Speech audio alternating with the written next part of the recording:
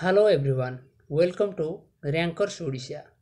आज forester forest guard और LSA आउ एक क्लास नहीं आसीचु लवण सत्याग्रह और दांडी यात्रा। एथिरे आमे आज टॉप 20 सिलेक्टेड जीके डिस्कशन करिया जहाँकि आपन को एग्जाम रे बहुत हेल्पफुल हबो।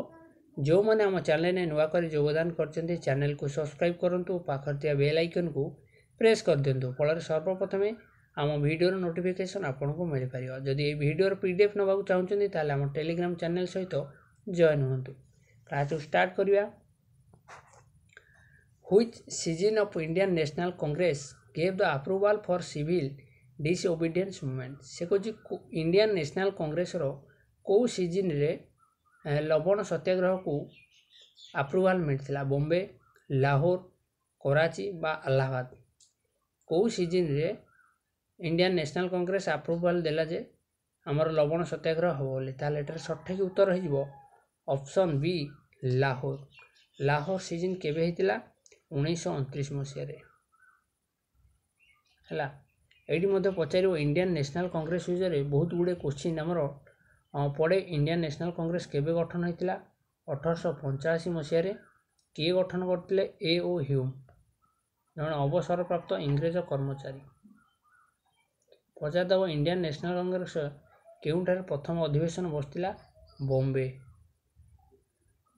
किए सभापतित्व करथिले? Umesh Chandra Banerjee, W C. Banerjee.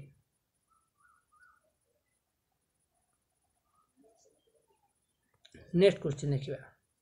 Civil disobedience movement started with which incident? से को घटना रु लवण सत्याग्रहटी हमर स्टार्ट हो जाइतिला? Non cooperation, Dandi march, Simon commission ना चोरा चोरी? ताले एटर सठिक उत्तर हो जिवो ऑप्शन बी दांडी मार्च। ए दांडी मार्च इंसिडेंट रु हमर सिविल डिस लवण सत्याग्रहटी स्टार्ट होइतिला। नेक्स्ट देखिबा। Dandi march started in which year? Dandi march केबे स्टार्ट होइतिला बा को मसिया रे आरंभ होइतिला? 12 मार्च 1930, 11 एप्रिल 1931, 10 मार्च 1931 ना 6 एप्रिल 1930? ताले एटर सठिक उत्तर हो जिवो केमिति जानिबो पिला माने? देखो एटी दांडी मार्च देछि माने निश्चित मार्च मास रे स्टार्ट हेछि, तेनु एप्रिल को जमा भी मारिबोनी। जाओ किछि आसीनी से एप्रिल की टोटल एठी मार्च देछि माने मार्च मास रे हितियो, तेनु से केबे हेतिला? 12 मार्च। 12 मार्च 1930 मसिया रे स्टार्ट होइतिला। Gandhiji started the Dandi march from which place? से कोछि गांधीजी केउठारु दांडी यात्रा केउठारु स्टार्ट करथिले बा आरंभ करथिले? अहमदाबाद, साबरमती, दांडी ना बरदोली? ताले एटर सठिक उत्तर हो जिवो ऑप्शन बी साबरमती। केही भी मारिबेनी दांडी, एटी कोन हबो? ऑप्शन बी हो जिवो साबरमती आश्रम रु हमरो दांडी मार्च बा दांडी यात्रा स्टार्ट होइतिला। ए बरदोली रु गोटे इंपोर्टेंट क्वेश्चन अछि, बरदोली सत्याग्रह कहा नेतृत्व रे होइतिला? बरदोली सत्याग्रह इंपोर्टेंट क्वेश्चन। आउ कमेंट बॉक्स रे जो मान जानचो ताकू लेखिकी दियो। नेक्स्ट क्वेश्चन देखिबा। Vinoba Bhave was arrested during which movement for the first time? से कोछि विनोबा भावे जे कि जने भूदान आंदोलन करथिले, भूमिदान आंदोलन जे करथिले विनोबा भावे, सी प्रथम थर पई को घटना जोगु अरेस्ट हेतिले? साइमन कमिशन जोगु ना नॉन कोऑपरेशन मूवमेंट जोगु ना सिविल डिसओबीडियंस मूवमेंट ना नॉन ऑफ दिस? ताले एटर सठिक उत्तर हो जिवो option C civil disobedience movement जोगु विनोबा भावे प्रथम थर पई अरेस्ट हेतिले। नेक्स्ट देखिबा। Dandi march is also known as? Dandi march is also known as कोन? Salt march, salt satyagraha, Dandi satyagraha ना ऑल ऑफ दी एबव? से को दांडी मार्च को आउ को नाम रे हम जाने? सॉल्ट मार्च में से लवण मार्च हिसाब रे जाने, सॉल्ट सत्याग्रह जाने, तेनु ऑप्शन डी हे जिवोटी राइट आंसर। तीनोटी अंक करेक्ट अछि। नेक्स्ट देखिबा। Gandhiji started the salt march with how many volunteers? से को गांधीजी केते जण को नेई सॉल्ट सत्याग्रहटी करथिले प्रथम थर पई? 78, 80, 70 ना 72? ताले एटा सठिक उत्तर हो जिवो 78 जण को नेई गांधीजी प्रथमे सॉल्ट मार्च स्टार्ट करथिले। नेक्स्ट देखिया। In how many days Mahatma Gandhi reach the coastal village Dandi? से कहूँ केते दिन पर गांधीजी कोस्टल विलेज दांडी ठारे पहुँची 15 दिन, 20 दिन 24 दिन ना 25 दिन ताले एटार सठिक उत्तर हो option C 24 days। The place Dandi is located in which district of Gujarat से गुजरात जो दांडी प्लेस टी से गुजरात रो कौ डिस्ट्रिक्ट रे अवस्थित अहमदाबाद पंचमहल आमरेली ना नवसारी ताले एटा सठिक उत्तर हो इंपोर्टेंट क्वेश्चन टा एटार सठिक उत्तर हो नवसारी जिले रे अवस्थित।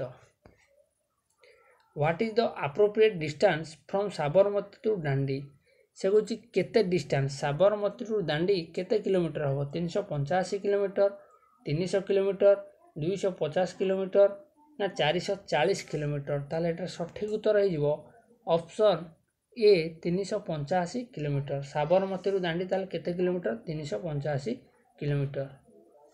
What was the purpose of Dandi march रो पर्पज कौन to win election to abolish taxation in Dandi ना to protect against the British inequalities and salt monopoly ना ऑल ऑफ द एबव ताले एटा सठिक उत्तर हो सॉल्ट मोनोपोली जो सॉल्ट मोनोपोली थिला तांको कौनसी अधिकार दि जाऊन लुण मारिया विरोध कराला सेटाकू आमर विरोध करने दांडी मार्च स्टार्ट होता। On which date Mahatma Gandhi reach the coastal village of Dandi से कहूँ केते तारीख रे पहुँचले दांडी ठारे 10 एप्रिल 1930 ना 6 एप्रिल 1930 ना 20 एप्रिल 1930 ना 15 एप्रिल 1930 ताले एटा सठिक उत्तर हो 6 एप्रिल 1930। नेक्स्ट देखिबा on which date Mahatma Gandhi was arrested due to salt march से कहूँ केते तारीख रे महात्मा गांधी को अरेस्ट कर दिया गला 9-10 एप्रिल 1930 ना 7 रु 8 जुलाई 1930 ना 5 रु 6 जून 1930 ना 4 रु 5 मे 1930 ताले एटा सठिक उत्तर हो ऑप्शन डी 4 रु 5 मे भीतर तांको अरेस्ट करा जाइतला कौन पे 4 रु 5 दिखाई गोटे गोटे बही रे 4 मे देछि आ गोटे गोटे बही रे 5 मे देछि तेणु एठी निया हेछि 4 बा 5 जोटा देथियो सेटा अपन ऑप्शन चूज करिवे। लाइक गोटे हो पले माने लाइक दियो who took the place of Mahatma Gandhi as a leader to lead civil to disobedience movement after Gandhiji arrest से कहूँ गांधीजी को अरेस्ट पर किए सिविल डिसओबीडियंस मूवमेंट रो लीडरशिप दायित्व नहीं आवास त्यागजी चित्तरंजन दास जवाहरलाल नेहरू ना मोतीलाल नेहरू ताले एटार सठिक उत्तर हो ऑप्शन ए आवास त्यागजी है गांधीजी को जिते अरेस्ट करागला 4 रु 5 मे से किए नेतृत्व नहीं आवास त्यागजी।